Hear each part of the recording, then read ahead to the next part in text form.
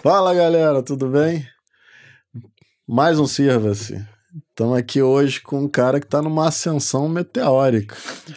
O cara que tá comandando 3 casas no Rio de Janeiro. Encontrei ele lá no Guia Michelin, lá cheio de sacola. Falei, caralho, bicho, tá com muita placa ainda, né? E aí, meu camarada? Obrigado pelo seu tempo. Sei que você tá com um tempo curtíssimo aí hoje em dia, em função de todo o trabalho que você faz. Cuidando de 3 casas.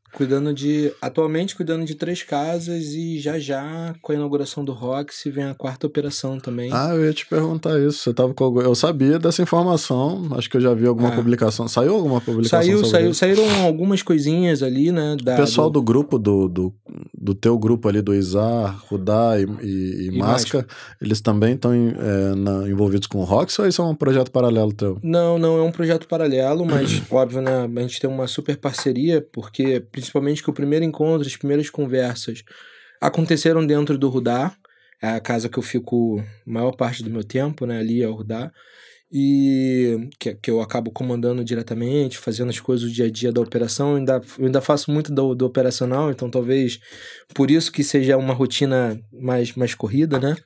Mas todas as conversas aconteceram ali dentro dos restaurantes, com a participação dos sócios também, né?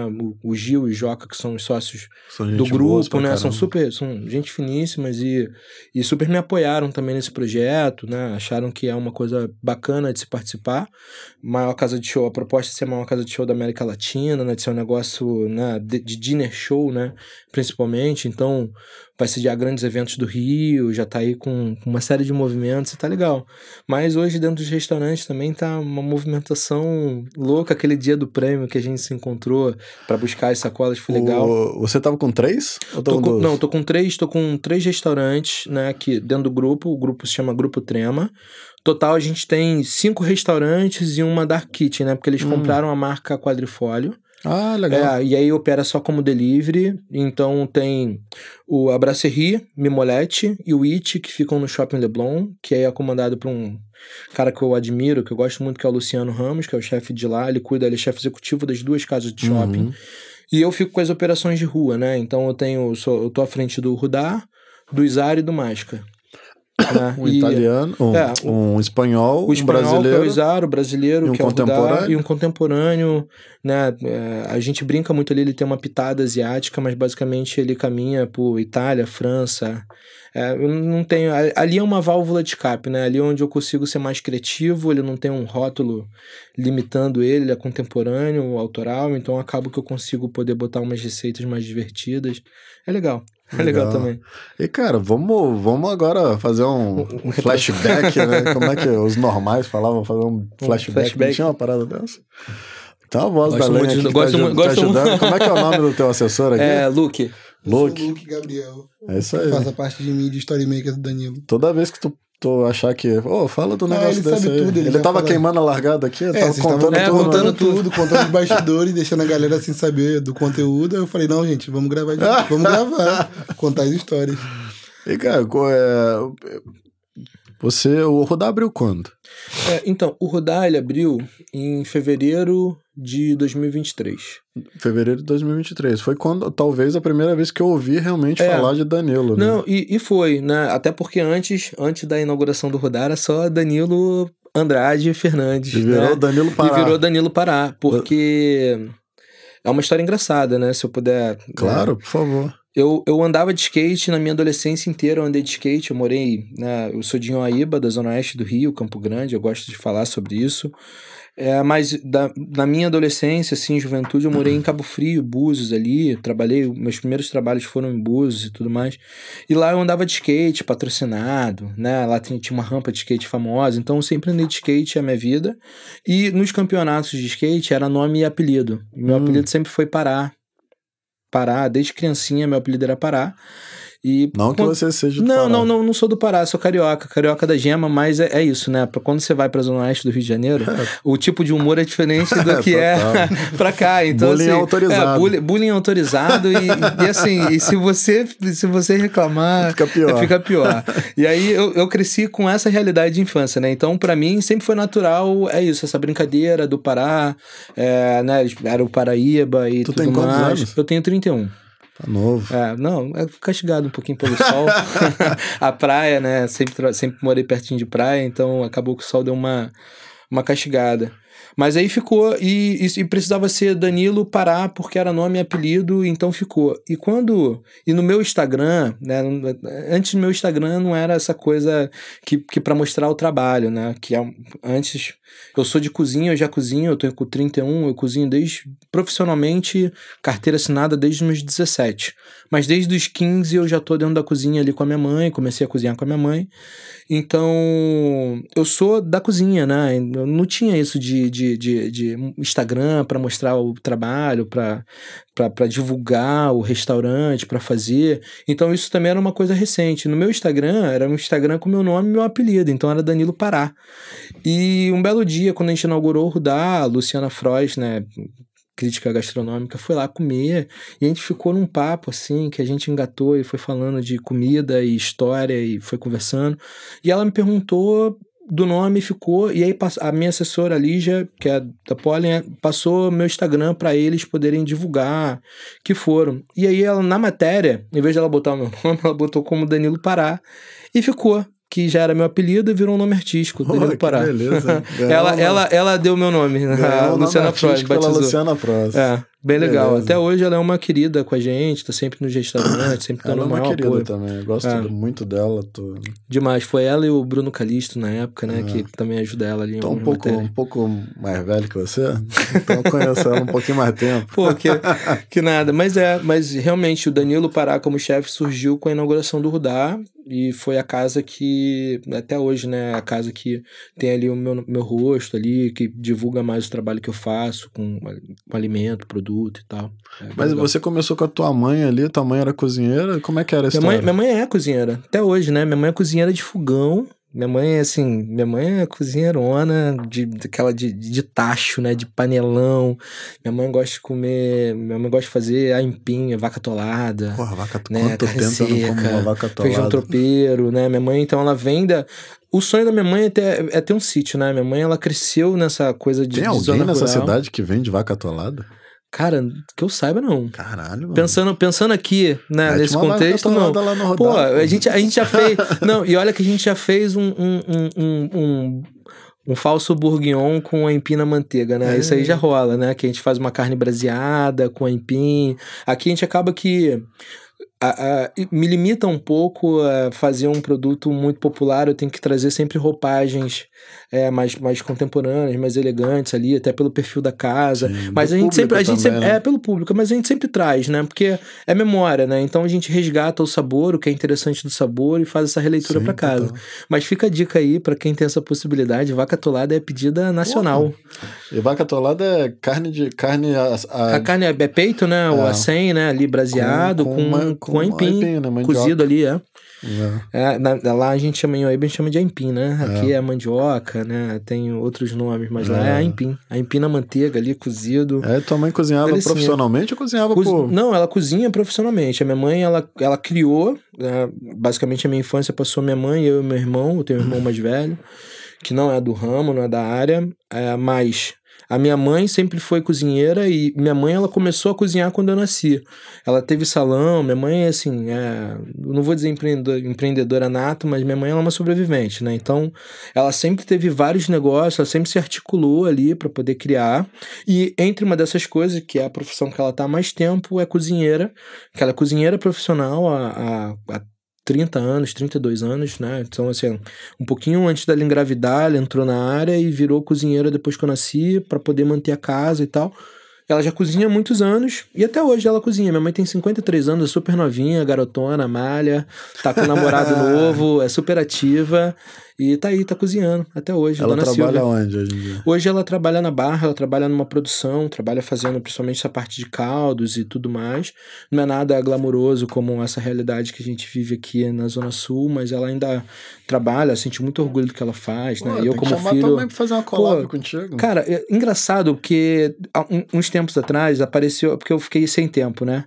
E minha mãe se mudou, minha mãe também morou um tempinho em Cabo Frio, mas quando comecei a falar sobre sobre a importância da minha mãe na minha vida, principalmente nessa parte de comida, começaram a surgir vários convites para eu trazer minha mãe para cozinhar, para fazer. E sempre foi uma vontade minha, assim, de apresentar, porque minha mãe cozinha muito bem. Eu vou na casa, eu sou suspeito, sou filho, né? Mas eu chego na casa dela, ela tem super prazer em cozinhar e faz um panelão. Nossa, Família eu grande? como. Cara, não. Assim, é a família parentes, né? Tio, primo, né? Eu tenho muitos primos, toda hora aparece primo novo. Né? Primo, sobrinho, filho de primo e Daquele tal. que o cara se apresenta como seu primo, Seu você nem primo, conhece. e não é, e às vezes é afilhado de alguém, que é afilhado de alguém. A minha família é assim. É porque eu tenho uma tia que ela é meio satélite, né? Uma tia que ela é muito popular lá no bairro e todo mundo chama de tia, e daqui a pouco eu tenho vários primos e é todo mundo muito próximo e acabou ficando. Eu tenho 9 tios por parte de 9 pai. tios? Que 9 isso? pais. Calma, piora. E 14 por parte de mãe. Não, que isso. É sério. Não, a minha família até Eu sou que... do interior de São Paulo, né? Não, isso que eu ia perguntar, se é do interior, porque isso aí é uma história, cara, que loucura, bicho. Tem muito primo que eu não conheço de verdade. Não, e nem deve conseguir conhecer, ainda mais aqui com a rotina. Não dá, é muita gente. Cara, que loucura. Eu tenho um carinho enorme por todos os meus tios. Agora, os primos de primeiro grau já tem um pouco menos de contato, Imagina e daí os pra outros. frente, menos ainda. Nossa, só ladeira abaixo. Que loucura. Eu fiquei curioso agora de saber que você é do interior ali. Eu não sou, eu sou de Cabo Frio e de Campo Grande. Basicamente são interiores também, né? São zonas meio caipira, Não, eu sou caipira. Você eu cresci perto de sítio também. Eu cresci roubando manga no pé. Minha família é do interior de São Paulo, então Lorena, né? A família da minha mãe realmente Lorena veio é o da lugar? roça. Lorena. Fica na beira da Dutra, ali em direção a São Paulo. A São Paulo. É 3 horas e meia de distância daqui, é um pouco antes de Aparecida do Norte, que é aquela cidade onde tem a Basílica Nacional, cidade Legal. católica e tal. Eu falando de lugar, eu conheço muito pouco, assim, e minha memória é muito ruim, então talvez eu até tenha a noção, mas... Não, mas você tá falando aí de roubar fruta. Pô, uma vez eu apanhei muito da minha mãe porque eu roubei fruta do vizinho, cara. Tinha um pé de jabuticaba lindo, assim, na coisa, volta e meia. Jabuticaba, né, mano? Sim, não, é difícil monte, dar, né? Quando dá muito, mas demora muito a dar, né? Eu pulei o muro e pegou. Eu peguei um baldinho de jabuticaba. Quando minha mãe me viu com um baldinho de jabuticaba, ela perguntou... De onde que é isso, né? De onde que é isso? Pô, me bateu pra caramba, fez eu devolver jabuticaba. Não, mas eu acho que isso é coisa de mãe que meio que da roça, assim, que eu também apanhei muito por causa de fruta. Eu sempre gostei muito de fruta, mas eu apanhava mais da minha avó. Que é isso, né? Nas histórias a gente fala muito porque mãe e avó cozinheira, mas profissionalmente só minha mãe era cozinheira. Minha avó, basicamente, ela era herveira, né, do bairro. Minha avó era mãe de santo, né? E todo mundo procurava minha avó meio que para receitar chá e erva para curar alguma coisa, né? Então, minha avó tinha uma horta, o nome da minha avó é Hortência, ela tinha umas plantas no quintal da casa dela, que era ali onde ela atendia, dava consulta, né, e tal. E na frente da casa dela tinha um pé de goiaba, que toda vez que eu subia nesse pé de goiaba, eu apanhava da minha avó. Ela surgia do nada, assim, e ela batia na gente e a gente pegava lá. Varinha de goiabeira e assim, dói, e a gente corria, e tinha muita coisa de planta e árvore no quintal da casa dela, e ela, né, fazia esse trabalho ali com erva muito bem. Minha família até hoje tem esse negócio de chá. Minha mãe, eu falo assim, mãe, pô, tô com uma dor de cabeça, toma chá disso aqui, mastiga isso aqui, faz isso aqui. É bem legal, uma cultura que a gente tá perdendo, né? Mas eu cresci nessa realidade que eu imagino que seja mesmo que a sua. A gente que tem essa vivência de interior ou de subúrbio e tal, não sei o que, tem umas histórias diferentes pra contar que as pessoas nem imaginam, né? Eu até tento, às vezes, falar um pouco sobre isso, né? Porque acaba que hoje as pessoas têm um estigma de que ele tá ali, é o chefe de 3 casas, né? Tá no guia, não sei o que, parece que eu sempre estive nesse lugar. Mas na verdade não, né? Eu venho de um lugar muito diferente desse que eu tô hoje, né? Eu sou da zona oeste do Rio, de Uaíba. É uma das últimas estações de trem do ramal Santa Cruz, né? Então, assim, é quase no final de um extremo do Rio de Janeiro. E eu cresci perto de sítio, cresci ali... Pra lá? Porque minha ex-mulher, a mãe da minha filha, é de lá? Não, é de Bangu. Bangu? Nossa, então eu peguei muito pra quê? Pra que falar de Bangu? E era melhor ir de trem do que de ônibus. Porque, sim, é bem melhor, porque você não pega trânsito, vai direto. O trem não é o que as pessoas imaginam. É maneiro, tem aquela bagunça toda, mas não é tão zoado quanto as pessoas imaginam. Não. É porque, assim, o trem virou meme, né? Então, assim, andar de trem hoje é meme. Você tem o valor da passagem, você tem as filas, o pessoal ali briga pra você pegar um lugar. Tem, mas é um horário específico. Mas, no geral, é uma coisa organizada. Você sai dali com um salaminho, O chocolatinho. Você sai dali com chocolatinho, você sai dali com Homem-Aranha que o cara joga na parede e vai girando. Quem pega trem sabe que você tem que levar um dinheirinho ali no bolso pra você levar uma mercadoria pra casa. Exatamente. Mas o trem, a figura do trem é muito bom, porque é muito prático, né? E eu, quando eu comecei a trabalhar aqui na Zona Sul, eu comecei vindo e voltando de trem de Inhoaíba pra cá. Então, o trem, foi o transporte acho que eu mais peguei durante um tempo da minha vida. Então, andei muito de trem também, conheço. Eu tenho uma história de Bangu. Bangu, eu lembro, eu morei em Campo Grande, então a minha memória de Bangu, no calçadão de Bangu, tu sabe que tem aquele negócio, aquele chafariz que borrifa a água. Sim. Eu lembro que a água não chegava a encostar no chão. É mesmo? Evaporava antes, tão quente. É sério, Bangu tem disso. Na minha cabeça, a minha memória de Bangu Minha ex-mulher, ela mora no Parque Leopoldina, que é tipo... É um lugarzinho um pouquinho mais nobre ali, né? E é muito legal, na verdade. Minha filha mora lá com a mãe. E é Cara, tem campo de futebol, quadra de tênis. Meu irmão jogou pelo Bangu, foi federado. É, muito bonito lá. É bem legal. Lugar. E o lugar é muito bacana, né? Eu tinha essa impressão de que Bangu era... que parece ter é muito família ainda. Né? Apesar dessa memória do calçadão, Bangu sempre me remeteu a um lugar melhor do que Campo Grande, né? Então, assim, que era um bairro mais nobre, porque meu irmão jogava ali no Bangu, então a gente ia pra Guilherme da Silveira. Ele jogou bola pelo Bangu? Jogou bola pelo Bangu. O meu sogro é banguense roxo. É mesmo, cara? Que loucura. Já fui muito jogo do Bangu, já. Inclusive, teve uns anos atrás aí que o Bangu chegou nas finais do campeonato estadual. E, cara, precisava ver todo mundo pegando trem indo pro Maracanã. Vestido de Bangu. Não era pro Maracanã, não, era pro Engenhão. Vestido com o uniforme do Bangu. Todo mundo quem não era acho que era Bangu e Botafogo. Quem não era Botafogo, todo mundo. O resto era todo mundo. Mas aí o Bangu tem mais torcida que o Botafogo. Desculpa, foi mal, Botafogo, que eu sou tricolor. Desculpa aí, foi mal. Não, mas é legal. É bacana. Bom saber, cara. Que loucura. Eu não sabia que a gente tinha tanta coisa em comum. Legal. Assim, eu sou um cara mais reservado, introspectivo, pra caramba, e eu não tenho, talvez, a fisionomia do interior, que as pessoas entendem como um cara do interior, né? Eu falo muito sobre isso.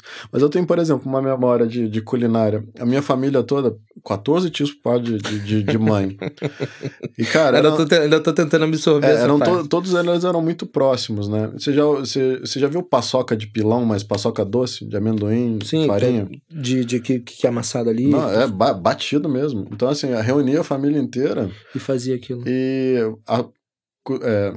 botava o amendoim no forno, torrava, descascava, amassava. E depois colocava lá e tinha uma roda lá. Minha avó começava a bater, minha avó já coroinha, começava a bater, aí ia trocando. Porque é um trabalho braçal pra caramba. Ia girando em família. E aí, conforme ia ficando pronto, ia tirando a paçoquinha, pegava uma banana, paçoca com banana. Cara, que loucura, né? Como é que a memória de uma paçoca é diferente? E assim, a minha família sempre foi muito de culinária também, né? Então, era muito grande, então minha mãe era uma puta cozinheira. Foi a única dos 14 que faleceu. A sua mãe? E ela era meio que...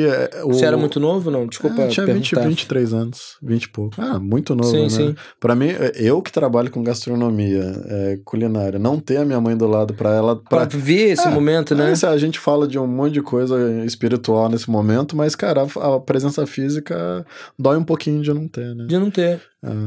É engraçado tu falar isso, né, da questão, né, energética da coisa, né, porque eu sinto muito disso também.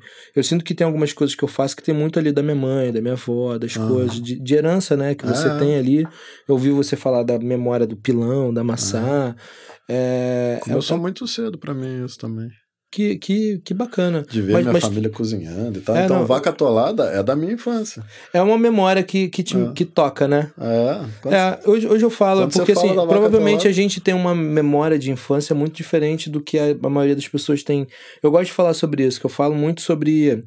o pessoal me pergunta, né? Porque por conta da comida brasileira, por conta do prêmio e tal, que eu tô sempre falando sobre comida brasileira, a pessoa, o que é comida brasileira e o que é comida carioca pra você? Qual é a comida comida do carioca? É Eu falo, uma pergunta constante. Né? E aí eu falo assim, cara, o Rio de Janeiro, pra mim, é muito diferente do que é o Rio de Janeiro de uma pessoa daqui, cara. Da né? Zona Sul, Eu né? cresci, pô, onde eu cresci perto de... O carnaval pra mim era Coreto, né? Então, assim, era carnaval de Clóvis praça. bate-bola. Clóvis bate-bola. Era dia de São Cosme, né? Então, você tinha ali Folias de Reis. Eu cresci... Malha Judas. A festa junina era uma festa da rua. Todo mundo se mobilizava pra fazer uma festa junto. Então, a gente comia de tudo. É diferente do cara que cresceu comendo filé mignon, que cresceu comendo camarão. O camarão que a gente comia, a gente comia muita manjubinha, porque a galera pescava e trazia, usava de isca e sobrava e trazia pra gente. E pescava ali, Guaratiba, Sepitiba, então não tinha uma variedade de peixe. Né? Então, assim, era o que aparecia. Então, a memória que eu tenho de crescer comendo essas coisas é muito diferente dessa galera daqui. Então, eu costumo falar sobre isso, que São Rio de Janeiro muito diferente. Então, provavelmente pra você, que veio ali do limite ali, né, do interior e tal. Eu vim pro Rio com 9 coisa. anos. Então, assim, a minha infância já estava meio que formada. Mas é isso, meu pai era militar de baixa patente, sargento do exército na época, chegou até capitão no final da vida dele. Que legal. Que fez uma carreira bonita, né? E minha mãe era dona de casa, cozinheira. E passou a vida cozinhando ali. Então, mano, não fui criar... quando eu era moleque mesmo, que meu pai tava no início da carreira, minha família era mais simples, né? Da roça. Eu não tinha... Mal tinha... Proteína, às vezes, era ovo. Era ovo e o que tinha... Mas olha que loucura, né? Uma diferença aqui, né? A minha mãe, por exemplo, eu não tenho o hábito de ver a minha mãe cozinhar. Eu fui ver a minha mãe cozinhar porque minha mãe era banqueteira, teve uma época da vida que ela pegou muito banquete de casa de família, né, pra fazer, e ela me levava pra ir descascar batata. Chegou na idade que eu assim, é isso, né? Galalau, igual ela falava, já comecei a crescer, senta aí, meu irmão, descasca, senta aí, descasca a batata, né? Tira ali a pele de uma linguiça, faz o negócio, vamos fazer aqui, começa a se movimentar. Então comecei e ali, cara, eu comecei a ver a minha mãe trabalhar. Então ali eu comecei a ter uma ideia de ver a família ali, ter uma relação com a minha mãe, falar assim, nossa, dona Silvia, sua comida, nossa, dos deuses, que não sei o quê. Mas pra mim era minha mãe, e eu cresci com a minha mãe fora de casa, porque é isso, a rotina do cozinheiro é muito ausente, né, no sentido de família. Hoje eu tento ter uma relação com a minha família um pouquinho diferente, mas eu lembro da minha mãe, ela sempre trabalhou fora, né, então eu não via minha mãe cozinhar. Minha mãe, quando chegava em casa, ela não queria, ela fazia por obrigação. Então assim,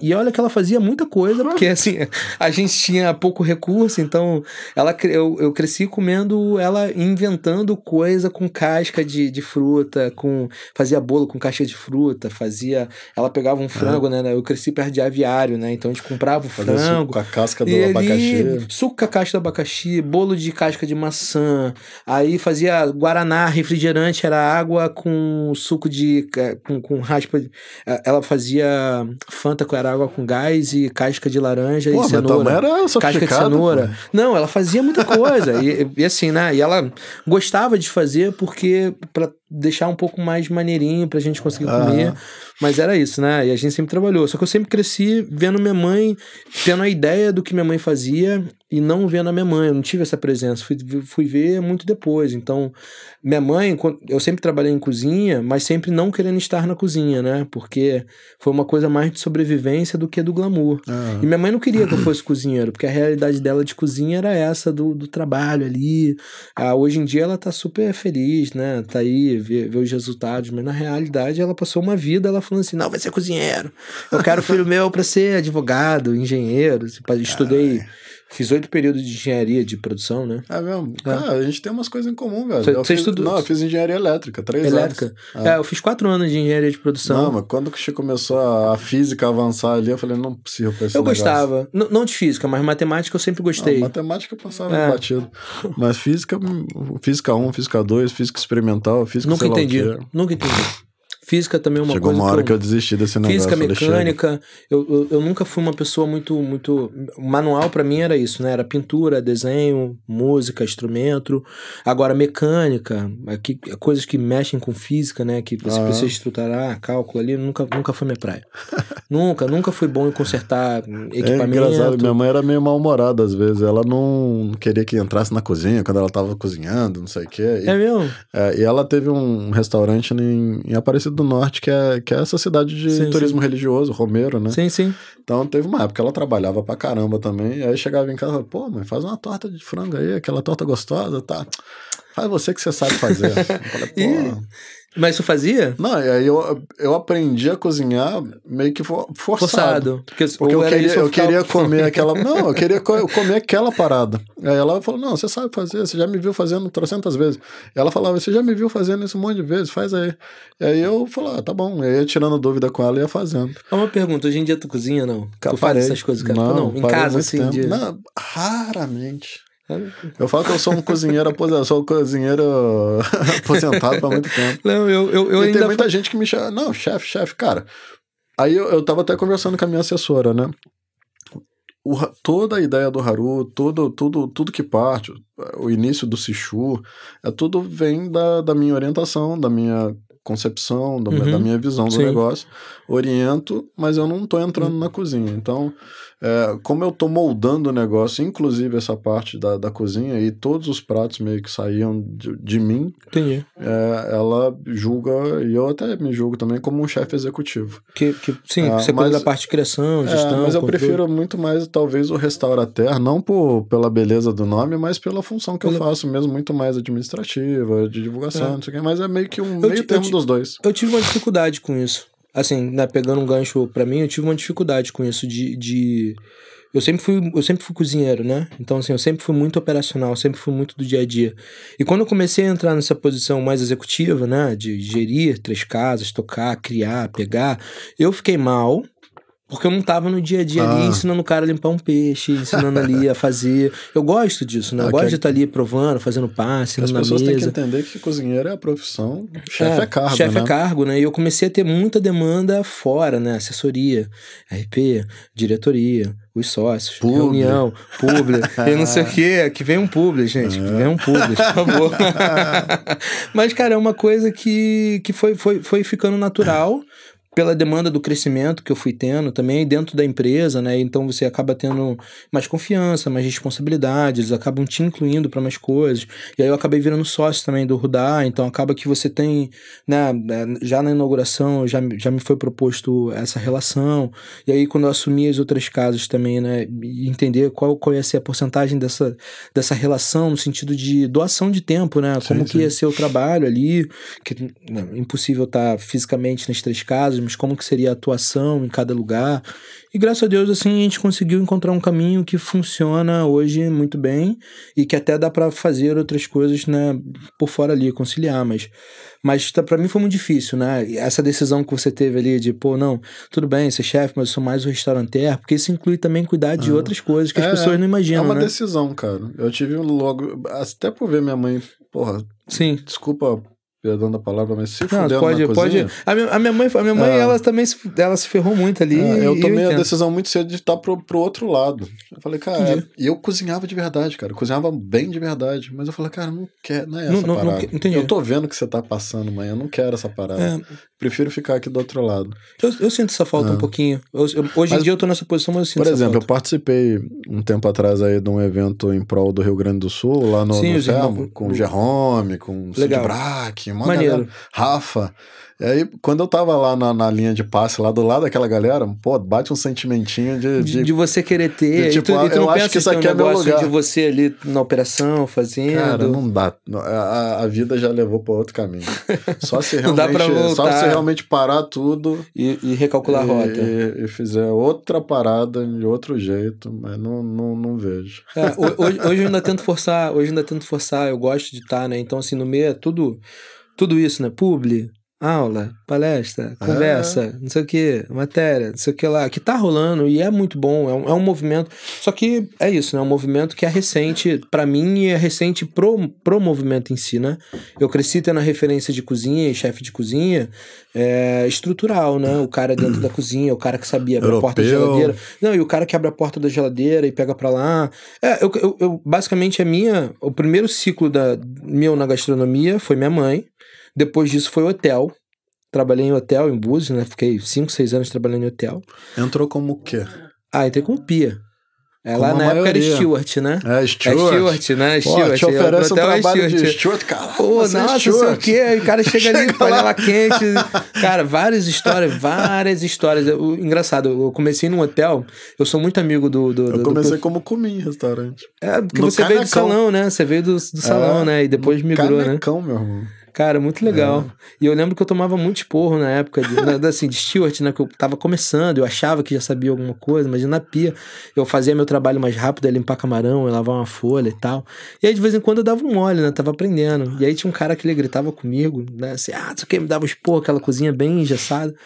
E aí eu arrumei um filhote de cachorro, botei o nome dele no cachorro. E aí eu chegava em casa, assim, não descontava, falava assim, Nelson, vai comer isso aqui. Vai comer isso lá, vai comer isso lá. Nelson, te amo, desculpa. Beijão, te amo, foi mal, tive que falar. O nome do cachorro era Nelsinho. O nome do cara era Nelson. Hoje ele virou um amigo, cara, virou um querido, porque eu fui melhorando, né? Assim, eu fui melhorando, eu fui evoluindo, e aí eu acabei virando cozinheiro. Depois ele foi pra chefiar um outro hotel e me levou como braço direito dele e tal. Então, ele a gente sabe teve essa dessa relação, história? sabe dessa história. Coitado, isso aí foi uma piada na época. Eu tinha 18 anos, imagina. Eu, 18 anos, era um garoto, né? Não ia imaginar que isso ia ter, sei lá, nenhum tipo de problema.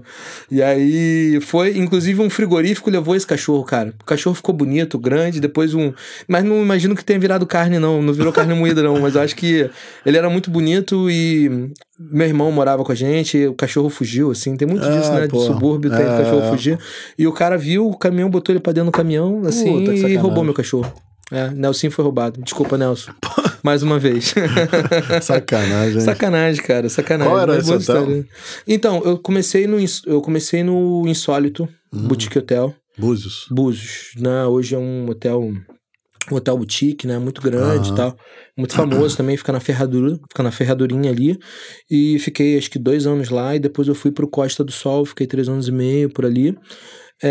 Saí de lá porque minha mãe abriu um negócio também em Campo Grande, então ela, filho, vem cá trabalhar comigo, não sei o quê. Então rolou viver esse sonho em junto. família, rolou, a gente ficou pouquíssimo tempo. E aí depois minha mãe, né, não quis manter o negócio, saiu. E aí foi onde eu fui trabalhar com o Claude e tudo mais. Caramba. Claude é o papa da parada, né? Hoje em dia, muita gente que eu conheço do mercado passou pelo Claude, né? Trabalhou com o Claude, com o Didier. Trabalhei na época, o Didier ainda tava lá. No 66 ali, né? Não, então, eu comecei trabalhando com o Claude no CT Brasserie do Fashion Mall. E aí, um pouco tempo depois ele fechou, eu fui pro Village e inaugurei o Leblond. E aí fiquei Leblond, Olympe e tal, né? Estagiava no Olympe, ele já tava com o Chez Claude, então a operação do Leblond já rodava... Uma basezinha clássica, não faz mal pra ninguém, cara, né? Toda a minha base de comida foi basicamente... Eu absorvi ele no Claude, aprendi com ele. Óbvio, né? Com o pessoal da cozinha que trabalha com ele, já trabalha com ele há 16 anos. É uma equipe... É aquelas cozinhas que o pessoal mais novo na casa tem 8 anos de cozinha, né? Tipo, ali naquela cozinha. Então todo mundo ali já entendia os processos. E eu ali, um garoto, caí de paraquedas ali. Na época, eu achava que era muito difícil, né? Quando... Isso teve uma mudança também, né? Eu fui trabalhar com o Claude num período que eu estudava engenharia de produção, e aí quando eu vim pro Rio, minha mãe fechou o restaurante dela, teve um período de 1 ano que eu fui gerente financeiro de um curso de inglês.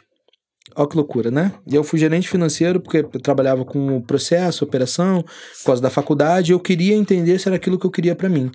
Eu odiei trabalhar em escritório, odiei planilha, hoje em dia o que eu mais faço é planilha, mas odiei planilha, cara, trabalhar ali com computador, ar-condicionado, salinha, reunião, né, Google Meets, enfim, não foi pra mim, e eu decidi, eu falei, cara, quer saber? Eu vou largar a faculdade, vou estudar gastronomia, vou investir nisso aqui, que é o que eu sei fazer, eu sinto falta disso.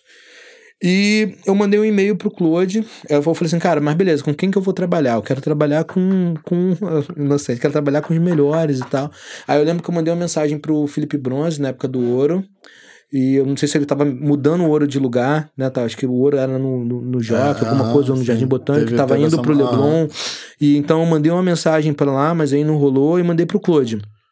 E eu falei, pô, se é pra trabalhar longe de casa, eu quero trabalhar com quem vai me dar uma boa base, não sei o quê. Eu mandei um e-mail pra eles com o meu currículo, aí na descrição, eu trabalhava no escritório, aí na descrição do e-mail eu botei assim, urgente. Que eu falei assim, cara, toda vez que aparece um e-mail com a descrição urgente, eu vejo na hora, eu paro tudo e vejo na hora. Aí eu falei assim, cara, eu mandei pra eles, assim, urgente. Cara, 3 minutos depois, o escritório de RH que ele trabalhava me ligou. Cara, foi muito rápido, assim. A mulher rindo, incrédula, porque eu botei na descrição do e-mail. Eu falei assim, cara, desculpa pela descrição do e-mail, mas eu achei que assim ia servir. Ela falou assim, cara, foi genial. Todo mundo, cara, eu virei, tipo, não pelo motivo certo, mas virei uma lenda no escritório de RH do Claude. E entrei, assim, aí fiz o processo, conversei com o chefe, eu era cru. O Didier até é engraçado, ele recebeu o prêmio lá de melhor francês, né? E a gente tava se abraçando, comemorando, agora no Rio Show, né, do Globo ali. E ele falou assim, ele me chama de Boninho, porque eu usava turbante, eu sempre usei turbante pra trabalhar. E aí o pessoal me chamava de Rolinho. E aí, rolinho de pano, né? Rolinho de pano na cabeça. Aí ele falou, Rolinho. E aí ele chama, Boninho, vem cá, Boninho. E aí ele falou assim, pô, Boninho, tu era muito ruim, nossa, cozinhava muito mal. Você melhorou muito. Aí eu falei assim, cara, graças a Deus e graças ao Didier, o chefe Claude, me ensinaram muito, assim. E a gente tava lembrando dessa época que eu comecei a trabalhar com ele lá na CT Brasseria. Nossa, eu lembro de um dia que ele queria me matar, ele tava espumando pela boca, porque eu atolava, né, cara? Nadava, né? Nadava. Nossa, nadava, me queimava. Não tinha mesa no tempo. Coisa de cozinha, assim, de natação total. Movimento passava domingueira, passava um furacão, levava tudo que eu tinha na praça. 3 horas da tarde, dava o segundo giro. Eu já não tinha mais nada, assim, eu já tava perdido, sem som e sem imagem. Foi maneiro, bons tempos. Isso tem alguns anos história, atrás. Ali. Que história. Tua história é clássica, né, mano? É o cara que começa na pia, vai crescendo. E quando eu migro do hotel pra cozinha, né, é muito diferente, porque por mais que seja um hotel reconhecido por ter uma boa gastronomia, mas o processo de um restaurante, o marcha-sai, a pressão, a dinâmica de cliente é muito diferente. Você não acha que o rigor do hotel é maior do que de restaurante de rua? Então, eu acho que é maior em relação a normas, né? A regra, né? Você tem mais normas, mais protocolo, é mais protocolar, vamos dizer assim. No restaurante, você é mais dinâmico, né? É mais intenso ali. Você tem o calor da ação ali é maior. O hotel tem um café da manhã, mas aí você tem a equipe do café da manhã, você tem o cara do room service, aí você tem a nutricionista ali o dia inteiro, aí você tem o steward que o cara passa um pano a cada 10 minutos da cozinha, é muito mais protocolar. Na cozinha você tem que gritar, oi, passa um paninho aqui, por favor, vem cá, não sei o que, não, leva isso aqui pra mim, por favor, pega lá pra mim na geladeira, não sei o que. É uma dinâmica mais intensa, assim, eu diria, né? E isso pra mim foi muito diferente, foi um choque cultural. Então eu entrei ali e eu falei assim, cara, eu não sei nada e eu quero aprender tudo. Mesmo que eu já tenha uma bagagem, eu falei, cara, e pra mim sempre foi muito natural, comer, sentir cheiro, sempre sabor, combinação de sabor, sempre foi uma coisa muito natural pra mim, pela infância, por eu crescer provando muita erva, muita planta, né? Então, pela minha avó, minha mãe. Minha avó fazia muita coisa com tempero, alfavaca, coentro selvagem, né, hortelã-pimenta. Então eu cresci comendo coisas não tão convencionais. Então para mim sempre foi muito natural. E eu lembro que a cozinha, o Claude, né, me deu uma base francesa muito forte, né? E isso pra mim sempre me norteou, porque eu falei, cara, eu preciso ter uma base boa pra poder fazer qualquer coisa a partir daqui.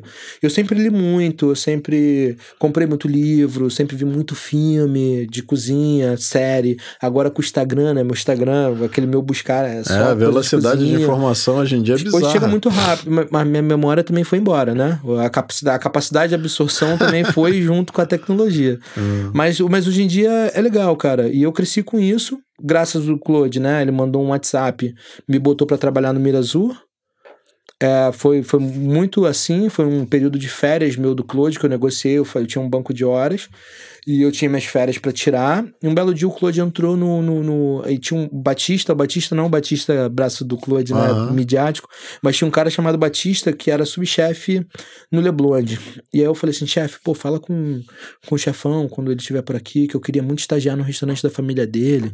Eu vi que tinha o chefe Leandro tinha ido, né, o Leandro, e aí o Yusa, que hoje tá no Totô e no Ozelli, que a Jéssica do Chef-Claude tinha ido, e eu falava assim, cara, eu quero ir também, pô. Eu nem sabia como, assim, não falava o idioma, né, na época eu já falava inglês e arranhava um espanhol, mas não ia pra França, sabia que lá tinha essa questão, mas eu falei com o chefe, chefe, queria ir pro Peru, enfim, eu falei que queria estagiar na família dele. Aí o Chef-Claude foi lá pra falar comigo. Eu falei assim, falaram que você queria um estágio. Eu falei assim, queria. Pode ser no Peru, no Central, ou no restaurante da sua família. Eu falei assim, você quer na França ou você quer no Peru? Aí eu falei assim, não, tá bom, na França. E aí ele foi, mandou um WhatsApp pro irmão dele, aí falou que não rolou. Aí depois ele voltou, tem um restaurante que é de um amigo meu no sul da França, que é mais legal, que é mais legal pra você, porque é um restaurante mais contemporâneo, né? Tá mais movimentado e tal, não sei o quê. Você quer? Eu falei, quero. Não tinha dinheiro de passagem, não sabia falar o idioma, não tinha R$1 pra comprar euro, pra nada. Eu comecei a me movimentar pra aquilo e a galera começou Por exemplo, eu entrei num curso de francês intensivo e aí o cara do curso, o gerente do restaurante, que hoje é sommelier do Evai, né? Marcelo, ele me deu uma moral, ele fazia um curso num lugar, e aí ele me deu um material do curso dele, falou com o cara do curso, pro cara me dar meio que uma bolsa, e aí eu fui fazer o curso de francês, o Didier praticava francês comigo, me deu vários livros em francês, assim, pra gente poder praticar, e aí eu vendia granola, paguei a passagem com dinheiro de granola, assim, que eu fazia, comecei a correr, o Chef-Claude pagou minha casa lá, ele me deu o Airbnb, ele que pagou do bolso dele pra eu ir, assim. E na época, no ano que eu fui, o restaurante ganhou como melhor do mundo. 3 estrelas Michelin, que é o Mirasur, né? Ganhou como melhor do mundo. E eu fui. E assim, eu embarquei numa onda, assim... Que corre, cara, doido, hein? sinistro, porque... Ele me botou num lugar, assim, pra eu trabalhar, que eu cheguei lá, num restaurante onde tinha muita briga, o pessoal brigava, a fila de estágio era, assim, você tinha... Eu fui o quinto estagiário da praça, assim, né? Cada cozinheiro tinha, sei lá, 5, 6 estagiários ali, e eu fui crescendo ali dentro, fui trabalhar na produção, fui fazer na casa de fermentação que ele tem, participei da parte de plantação dele lá, né? Descascava milho, fazia... Cara, fiz de tudo. De tudo, ficava na linha lá, o Marco Colagreco, chefão, assim, e rolou, fui pra lá por causa de um WhatsApp do Claude, e ele fez toda uma movimentação, foi tipo paizão mesmo, assim, ele imprimiu a rota que eu ia fazer do aeroporto, qual a estação de trem, qual é o caminho que eu ia fazer da estação de, tipo assim, coisa de pai faz com filho, sabe? Meu filho, você vai aqui, você sai daqui, você faz esse caminho aqui, é riscadinho de caneta, assim, o caminho que eu ia fazer, até o Airbnb, não sei o quê, e eu fui na cara e na coragem, falando, né, eu fui com um francês muito básico, melhorei lá, né, essa fluência, mas a princípio eu fui na cara e na coragem com muita ajuda de muita gente, então assim, hoje eu tô numa posição, né, porque é bacana falar dessa história da movimentação, mas na real eu sou um resultado de muitas pessoas me dando vários tipos de suporte, né, que é muito legal. E teve o Gastromotiva, que foi porque o Gastromotiva também surgiu junto com o Claude, né? O Tomás doava, acho que carne pro Gastromotiva, né? Ele sempre fez essas doações, assim, e o Claude era muito parceiro. Kátia, Claude estavam sempre cozinhando lá, e eu fui lá, caí de paraquedas, eu conheci o projeto dentro, o Didier também cozinhava lá, e aí eu fui, entrei de gaiato, conheci o projeto, fiz um curso lá, e aí eu lembro que eu fiquei até há pouco tempo, mas eu lembro que o tempo que eu fiquei lá, eu tive muita identificação com o que minha mãe fazia, com o que eu vi no Mirasur. Tudo conversava, né? O aproveitamento integral, o uso criativo de produto, porque no Mirasur também tinha uma pegada de comida que era, sei lá, 9 texturas de figo, 9, né, amêndoa em 7 tempos, né? Então você tinha um negócio que você tinha um uso criativo do produto. Usava casca, usava polpa, usava alinatura, fazia um gel, fazia um creme, fazia sei lá, um molho. Então aquilo foi mexendo comigo. Eu falei, cara, isso aqui eu podia substituir por isso aqui, eu fui fazendo isso aqui, e isso foi mexendo. E o Gastromotiva sintetizou isso na minha cabeça. E minha mãe fazia isso, né? Pegava uma galinha, a gente fazia um molho, usava o pé para fazer um ensopado, a carne fazia um grelhado, a sobrecoxa, depois a gente pegava a panela, fazia um pirão com o que ficava da panela, fazia... Então a gente ia também ali usando o que a gente tinha. E isso tudo ficou na minha cabeça. Então meio que moldou, quando eu volto dessa experiência, quando eu tenho aquilo ali, isso tudo ficou muito... Eu precisava botar aquilo para fora, né? E aí, tava pré-pandemia, eu acabei saindo do Claude por algumas questões, assim, nada de briga nem de nada, mas que eu queria mesmo me testar, e ali eu senti que ia demorar um pouco mais do que eu gostaria que fosse, né? E eu fui cair de paraquedas, o Didier me botou para fazer alguns eventos com o Pedro Benoliel, né? Amigo dele e tal. E aí eu fiquei 1 ano com o Pedro. Eu conheci esse evento, esse macro. Na verdade, fui trabalhar com ele para ser... ele queria fazer eventos mais sofisticados, né? Menores. Tinha muito cliente do Alto Leblon, né? Assim, essas coisas.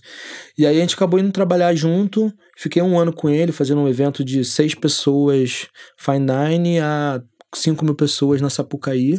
Sabe, carnaval, a gente fez esse carnaval junto, e eu ali, né, eu era chefe da cozinha dele. Saí dali já pra entrar no grupo antes do Mágica abrir. Porque veio pandemia, né? Veio pandemia, e aí a gente passou pro primeiro período da pandemia, e quando a situação se acalmou, eu senti falta de trabalhar com restaurante.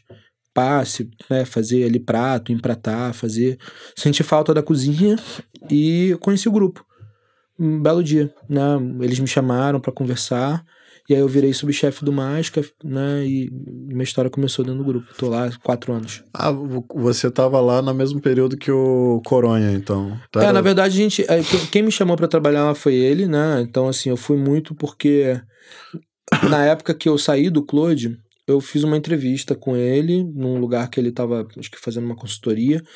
E aí eu falei, cara, eu quero fazer, mas meu preço é X. E ele falou, pô, mas tá caro, hein? Eu falei, mas eu garanto. Aí ele falou, foi marrento assim na época, né? Aí eu falei assim, mas eu garanto, tá caro, mas eu garanto.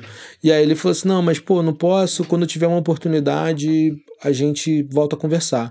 E aí quando o pessoal convidou ele pra inaugurar o Mágica, pra fazer o projeto e tudo mais, aí ele lembrou de mim, me chamou, e aí eu entrei como um braço dele lá, né, operacional. Ele cuidava ali do conceito, né, da casa, da venda, de tudo, e eu cuidava da parte da operação, produção, dia a dia, manter a engrenagem girando. Fiquei lá uns... Vocês tiveram uma assessoria do Damian Montessori em algum momento lá também, não tiveram? Não, eu acho que isso foi talvez acho que no período do quadrifólio, não sei. Porque eu lembro que o Damian Montessori, ele trabalhou no Bazar.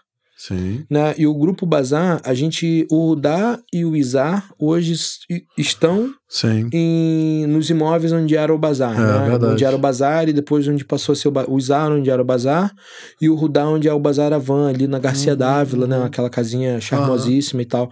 E antes disso a gente veio na fábrica, e o Damian, ele cuidava da produção toda do Bazar.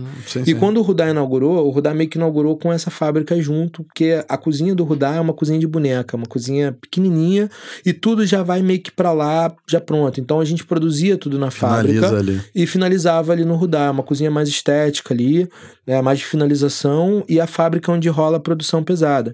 E o Damian, na época que a gente entrou, o Damian, ele ainda estava como coordenando, acho que a operação ali, se eu não me engano, acho que era isso, da fábrica que a gente pegou junto. Então não foi bem que uma consultoria que ele fez, mas os caminhos se cruzaram de alguma forma. E aí o Rudá já tava sendo criado já pensando em você.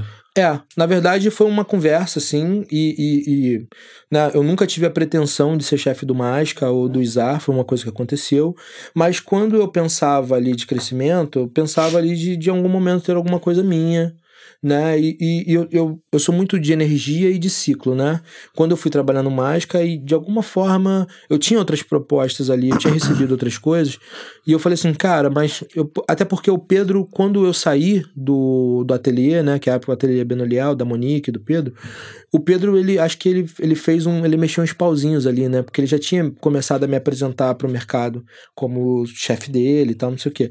E aí eu lembro que acho que ele deve ter mandado umas mensagens, assim, no privado pra uma galera, que eu sei que uma galera do nada começou a me ligar no momento que eu falei pra ele que eu tinha saído. E aí ele sempre, até hoje ele me dá muito apoio, ele é meu mentor, assim, toda vez que eu tenho uma dúvida sobre alguma coisa eu vou nele, o cara me dá um suporte.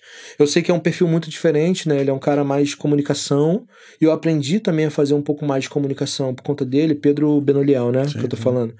E aí Por que eu entrei nesse assunto? Acho que eu me perdi aqui. A gente tá falando do Másca ali, Mano, do Pedro. Eu falei que você tá com uma carreira meteórica, mas não, tá um cometa, meu irmão. Não, é porque...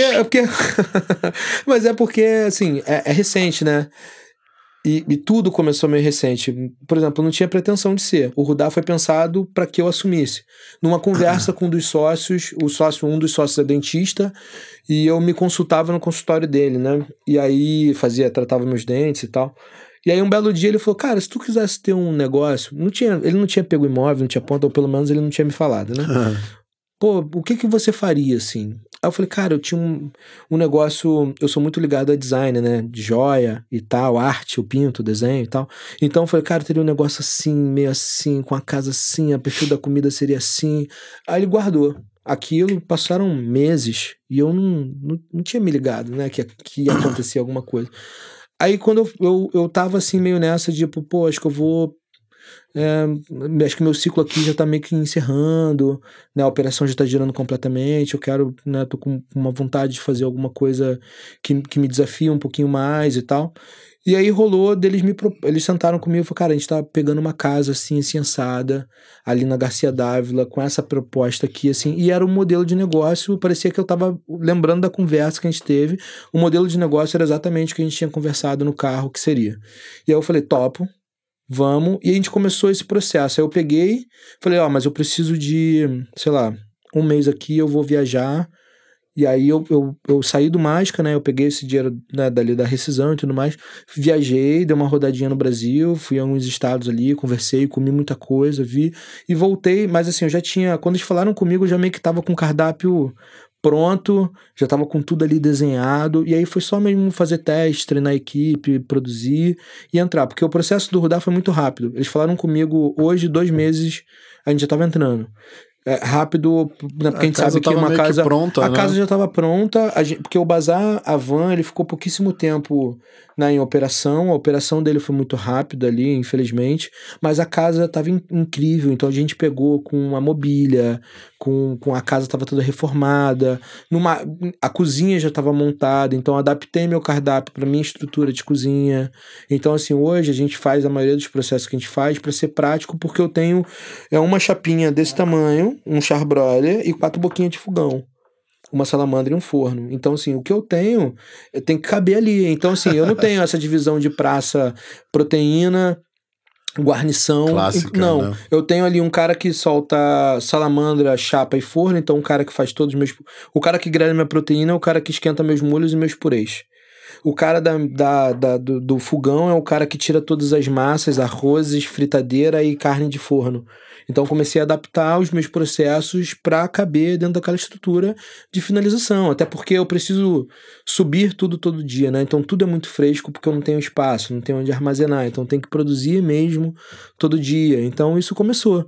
E aí quando, né, com a saída do Coronha e com a saída do Pepe, que era o chefe do... Primeiro foi a saída do Pedro, né, do Másca, e aí eu também não tinha, né, nem passava pela minha cabeça, porque o Rudá estava inaugurando, e aí os sócios sentaram comigo, Danilo, a gente tem um desafio para você, é uma operação que você já conhece, já domina, tá desenhado, né? Tá na espinha dorsal da casa, eu tô lá desde 8 meses antes da casa abrir, eu já estava trabalhando lá, então participei das primeiras degustações, ajudei a escolher as panelas, opinei na estrutura de cozinha, fiz todas as fichas técnicas e tal. Então, algumas receitas, principalmente das bases, são minhas. Então, já era natural tá ali o ambiente e eles me convidaram. Eu falei, beleza, mas nunca foi eu quero ser o chefe. Não, as coisas foram acontecendo de forma muito natural. Inclusive, isso que você tá falando que foi um cometa, pra mim também foi um cometa. Às vezes eu falo assim, caraca, acontece essas coisas aqui, eu não tenho nem tempo de comemorar, porque é uma coisa do lado da outra, assim. E foram acontecendo, porque nesse 1 ano e meio, né, aí de Rudá, teve o prêmio de chefe revelação, melhor brasileiro, aí agora teve as indicações do Guia Michelin, paralelo a isso tiveram, né, várias coisas acontecendo no meio de comunicação, né, as matérias no jornal, os veículos e tal. Então, pra mim também foi um negócio que passou um cometa que eu... agarrei na cauda dele e tô indo, assim, mas não foi nada programado, eu não comecei falando assim, eu vou ser o chefe que eu vou ganhar, não sei o quê, nada, eu queria cozinhar, queria fazer, queria mostrar ali mostrar o que eu queria, né, o que eu gosto de comer. Na verdade, o Rudá, ele surgiu de uma necessidade, sei lá, minha família, meu irmão, você é do interior, então talvez você entenda um pouquinho do que eu vou falar, né? Meu irmão não frequenta restaurante, por exemplo. Minha mãe frequenta muito pouco. Mesmo minha mãe sendo de cozinha, ela não tem esse hábito porque ela acha que afasta, né, muito. E eu queria que o Rudá sintetizasse um pouco disso, né, que é simplificar o sofisticado e sofisticar uma coisa que é simples. Eu queria que minha mãe lesse o cardápio do Rudá e ela não precisasse digitar no Google o que é o que, né? Eu queria que ela entendesse o que é. Uma coxinha é uma coxinha. Apesar de ser uma coxinha de frango caipira, defumado, com creme de palmito, com não sei o quê, que aí é uma releitura gastronômica minha, mas eu queria que ela entendesse. Eu queria que o cara de Inhoaíba se identificasse e falasse assim, pô, eu quero comer a comida desse cara. Pô, eu quero ir lá conhecer o restaurante desse cara. Eu não queria que fosse um negócio que afastasse. Pelo contrário, eu queria que fosse alguma coisa que abraçasse o maior número de pessoas. E hoje eu tenho gente que, sei lá, tem gente de Campo Grande que vai lá no restaurante porque sabe que eu sou de lá e vem conhecer. E tem um público daqui que pira porque fala, caraca, eu adoro comer coxinha. E às vezes ou é uma coxinha muito, muito, muito pesada, muito gordurosa de uma casa de salgado X, que eu adoro, mas eu entendo, né, que ele acha ruim.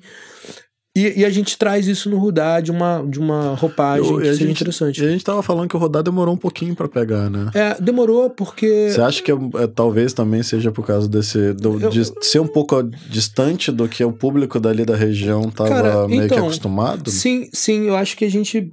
Que agora é um sucesso. Né? Depois que o Rudá inaugurou, eu até vi que tiveram alguns movimentos de outras operações abrindo ou se identificando como comida brasileira. Porque viram que performa. Mas, no geral, quando o medo que os sócios tinham era comida brasileira, o público vai achar que tu serve dobradinha. A galera, pô, não sei o que, vai comer rabada. E hoje a gente serve rabada e é um sucesso. Mas a gente entendeu também que tem muito preconceito. E o Rudá demorou a pegar porque a gente teve que provar na marra que vale a pena ir lá comer. Eu acho que a impressão que eu tenho é exatamente essa. Ela é uma casa um pouquinho mais fechada, né? É uma casa, assim, é uma casa e é uma casa com vários recortes, né? Então, assim, a gente costuma brincar que tem vários ambientes ali, então, assim, isso facilitou muito hoje a operação, por incrível que pareça, porque a gente faz muito evento ali no Rudá para eventos pequenos. Então, assim, às vezes eu tenho no Rudá sei lá, uma terça-feira que eu tenho 4 eventos para 20 pessoas acontecendo ali. Caramba, são quantos lugares ao todo? São 58 lugares dentro e mais uma varanda de 25 lugares, né? Então a gente tá falando de 75, 80 grande, lugares. Né? É relativamente grande, mas é porque parece ser pequenininho, porque são vários compartimentos. Então assim, o segundo andar cabe 22 pessoas. Aí eu tenho um jardim de inverno que cabe mais 12 pessoas. Eu tenho o salão principal, cabe 30 pessoas. Mais um com 10 pessoas. Caramba, ali. Né? E então eu acabo que eu consigo ter ambientes separados, eu consigo ter operações diversas acontecendo. Às vezes eu tô com um menu degustação no segundo andar para um evento fechado X, eu tô com a casa lotada com um grupo, sei lá, de uma farmacêutica que tá fazendo. E é ótimo, funciona super, justamente pelo Rudá. Apesar de ser uma cozinha pequena, mas ser uma cozinha de finalização, então eu tenho como antecipar meus processos e deixar tudo pronto. Então a gente faz isso, tá no DNA da casa desde sempre, mas hoje a casa ela continua, graças a Deus ela vem num movimento de crescimento muito orgânico, né? Apesar de eu tô aqui com o meu social media, né? Tô aqui com um cara que divulga os restaurantes, mas na real o boca a boca do Rudá tem sido muito bom e a gente tem tido um crescimento, devagar, mas todo mês cresce, né? Então, assim, todo mês o negócio ele melhora, né? Então, todo mês a gente expande, né? Mais pessoas frequentam, né? A gente melhora o faturamento da casa. Então, assim, todo mês ele tem um crescimento. E demorou para pegar, mas agora que pegou, eu imagino que seja um negócio mais sólido. Mesmo. Vocês se provaram para as pessoas realmente começarem a frequentar. Mas eu acho que isso também tem a ver com os prêmios, né? Eu acho que eu não faço o que eu faço pelo prêmio, mas acho que o prêmio é um grande... Ajuda muito, é um alavancador. No meu caso, ele foi, assim, né? Pensando que eu acho que talvez a Kátia, né, Barbosa, João Diamante, outras pessoas, assim, que já estão no mercado há mais tempo que eu, possam falar um pouco melhor sobre isso, né? Assim, porque eu sou uma pessoa que... Eu sou nova, né? Relativamente novo. Quando eu comecei ainda mais novo. Mas, no geral, eu sou uma pessoa periférica. Eu sou da Zona Oeste do Rio de Janeiro. Então, assim, essa cultura, né? De ser sócio de um restaurante, de falar, de comunicar a comida, de fazer... Também era uma coisa que eu tinha que me provar que eu podia internamente fora. Eu sou uma pessoa que é preta, né? Então, assim, eu sou um homem preto e isso definitivamente também tem uma barreira, Sim. porque o modelo que a gente Já é um tem desafio por si só. na televisão ou nas cozinhas, propriamente dito, é o cara com a barba ruiva, né? O cara louro, topetão, cai daqui, é o chefe estrangeiro, é o cara europeu que vem pra cá, principalmente na Zona Sul, né? E faz o filé mignon, não é o cara que é preto e faz rabada. Você tem razão. Né, ou faz cupim. E aí você tem que apresentar uma comida tão boa quanto, ou mostrar, ou provar. E não que eu tivesse essa obrigação de provar nada, só queria fazer meu trabalho. Mas sempre tem esse comparativo, né? Do que tá fazendo, pô, será que é bom? Vamos lá. E a galera foi, se surpreendeu, graças a Deus, os prêmios acabaram dando uma chancela de que, pô, vale a pena ir mesmo. Agora o Michelin, né? Que é um reconhecimento ainda maior, que eu nem sei quem foi lá do Michelin comer. Não, eu também não sei. No Haru também não tenho nem ideia. E graças a Deus a gente conseguiu emplacar isso nos 3 casos, né? E, então, assim, eu tava falando essa semana, assim, com uma pessoa, e aí a pessoa falou assim, cara, da publi, né? Aí apareceu um negócio pra fazer, ele falou, cara, mas você é o único chefe preto a ter 3 restaurantes mencionados no guia. Já parou pra pensar nisso? No Brasil? Talvez na América Latina, não tem outro que faça ali. Então, assim, tu também não tem uma referência. Você não tem uma pessoa ali pra pegar. Você tá se tornando uma referência, né? né? E você não tem ali, pô, qual foi o último chefe preto que foi chefe revelação, que foi o melhor brasileiro, que pegou. Óbvio, eu tenho as minhas inspirações, eu tenho as pessoas, eu conheço, mas eu tô no meio. Então, você furar essas bolhas e você tá nessa posição, eu não costumo falar sobre isso nas entrevistas, no discurso, mas é uma coisa que é presente na minha realidade. Não afeta, não impacta. Mas eu acho que tem que falar, ali, tem que falar com orgulho, né, cara? Não afeta ou não impacta isso, mas é uma realidade muito diferente. E também me traz, quando você fala isso da carreira meteórica e tudo mais, eu vim da pia, né? E isso me ajudou em todos os aspectos, porque eu sei qual é a melhor panela, qual é a melhor pra limpar, qual é o melhor prato, como o cara vai fazer. De onde estão os problemas, né? Onde então, estão assim, os problemas. isso facilitou muito para eu entender também o gosto, né? Então hoje eu consigo transitar em vários ambientes e falar com diferentes tipos de pessoas, Total. me conectar com o público, então é mais fácil para mim lidar com a equipe, lidar com o cliente, lidar com o jornalista, comunicar. A gente vai se acostumando, né? Você vai fazendo, né? E eu acabei abraçando tudo isso que foi acontecendo, sem entender, não foi nada pretensioso, assim, foi uma coisa que aconteceu, eu fui deixando energia, né? O caminho aberto para as coisas acontecerem. E fluiu. Cara, sucesso total. E pra gente finalizar, o Roxy, que tá prometendo, né? Cara, tá prometendo. O Roxy é um negócio gigante, né? É um Maracanã, é uma final de Copa do Mundo. Quantos metros quadrados tem aquele lugar, cara? Cara, é muitos. Eu tenho um tempinho que eu não vou na... Alguns mil metros quadrados. E olha que eu moro perto do Roxy ali, relativamente perto. Eu passava ali em frente antes do convite acontecer. Passava pela obra. Pra mim era uma marca de roupa. Sabe, pra mim ela falou assim, caraca, essa marca de roupa aqui, pô, tem uma loja aqui grandona. Porque tem uma marca que se chama Roxy também, e aí eu acabei, enfim. Se não puder falar o nome, a gente... Não, pode falar. Mas no geral, e eu achava que era isso, né? Que era, pô, assim, nossa, tem uma loja tão grande aqui assim, pô, em obra e tal. E ficou, e depois de um tempo, eu fui acho que eu fui no podcast da Bibi, da Bianca Teixeira, que é assessora do Acioli, que é o dono do projeto. E aí, conversando com o João, ela conversou com outras pessoas e tal, e ela me chamou e falou, cara, eu conversei com a Acioli, quero te apresentar um projeto, acho que você tem um perfil, e porque é uma casa que vai comunicar o Brasil, e eles queriam ter uma pessoa que falasse de comida brasileira, e eles me chamaram. A proposta, a princípio, é ter um cardápio não tão regional, assim, um cardápio que fosse atrativo e que pudesse. Eu falo muito mais de cardápio porque, na verdade, eu não estou na operação do dia a dia, eu vou ser ali a pessoa que eu vou fazer os pratos, vou criar o cardápio. Vai treinar a equipe, vou treinar a equipe, mas aí tem um chefe super competente, que é o Caio, que é quem vai tocar a operação lá no dia a dia com o pessoal. Óbvio, vou estar presente, vou estar acompanhando, mas não consigo estar ali na rotina, né, da coisa.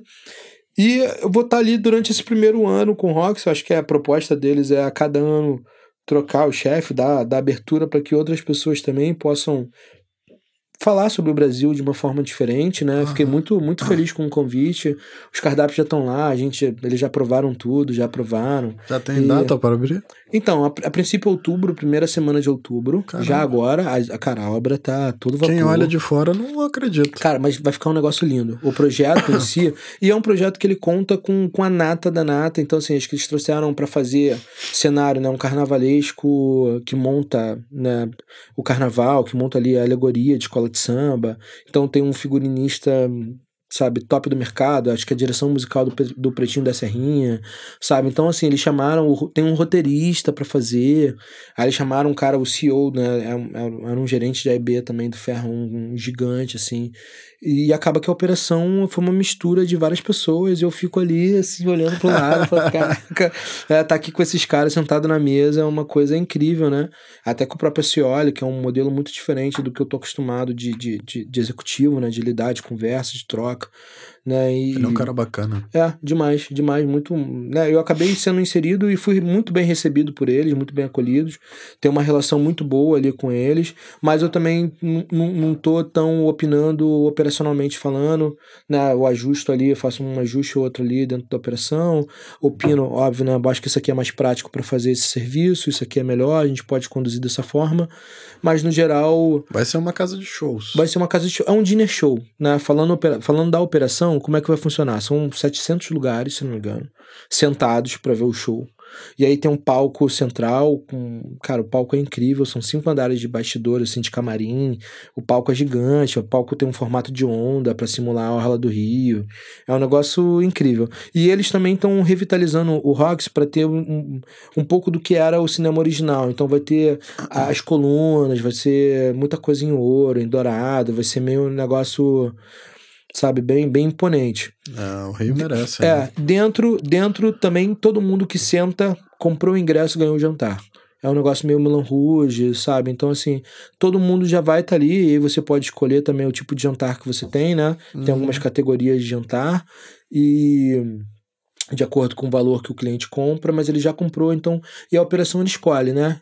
O que é diferente, você não serve o menu degustação. O cara não pode só ver o show. Não, ele vai, isso aí é uma dúvida que eu vou levar pro como é que é? Vou levar pro pessoal lá resolver. Pra diretoria. Né? Pergunta pros estagiários, né, ali, pra fazer, mas na verdade, a princípio sim, todo mundo que compra o ingresso já garante um jantar, né, um dinner show, então assim, a pessoa come e depois assiste o show, só que a pessoa tem a opção de escolha, o que é muito maneiro, porque a gente dá um cardápio como se fosse num restaurante, ela escolhe a opção de entrada, escolhe a opção de principal, escolhe a opção, e aí tem amuse-bouche, tem couvert, tem, no finalzinho tem um docinho com queijinho, então tem vários momentos ali que é bem legal, foi pensado para ser uma experiência, cara, muito, muito rica, assim, muito bacana, e tem um puto espetáculo acontecendo ali, e vai ser interativo, então... o garçom vai participar, as pessoas vão participar, vai ser um negócio com dança ali no meio, não só no palco, mas também no meio do salão. Bem legal, cara, bem legal. O projeto tá muito bacana. Bicho.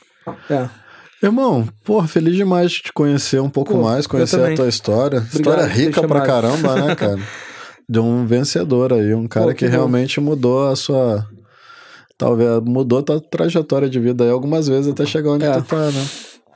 Demais, aconteceu. Você também, bom saber que a gente tem muita coisa em comum. Prazer te conhecer, de verdade. Obrigado, velho. Vamos trocar mais ideia, né, cara? Vamos sim. Obrigado aí, valeu muito. Pô, de verdade, um prazer estar aqui. Obrigado pelo convite. E aí, Voz da Além, foi legal? Foi maravilhoso falar uma dessa. Sempre divertido. Obrigado pelo convite, cara. Eu sou fã, acompanho o podcast de ver. Eu assisto pelo YouTube da Cassiane, da minha esposa, e aí ela fica, pô, cara, tu não para de ver esse podcast, toda hora aparece anúncio desse podcast tá maneiro, pra mim, né? E tal, cara, tá muito maneiro. Tô curtindo. Muito maneiro. E eu também, como espectador, eu assisto muito, pô, tá da hora ver as conversas, a troca, conhecer o pessoal. A ideia é essa, vai ser divertido. Sou fã. Valeu, irmão, obrigadão.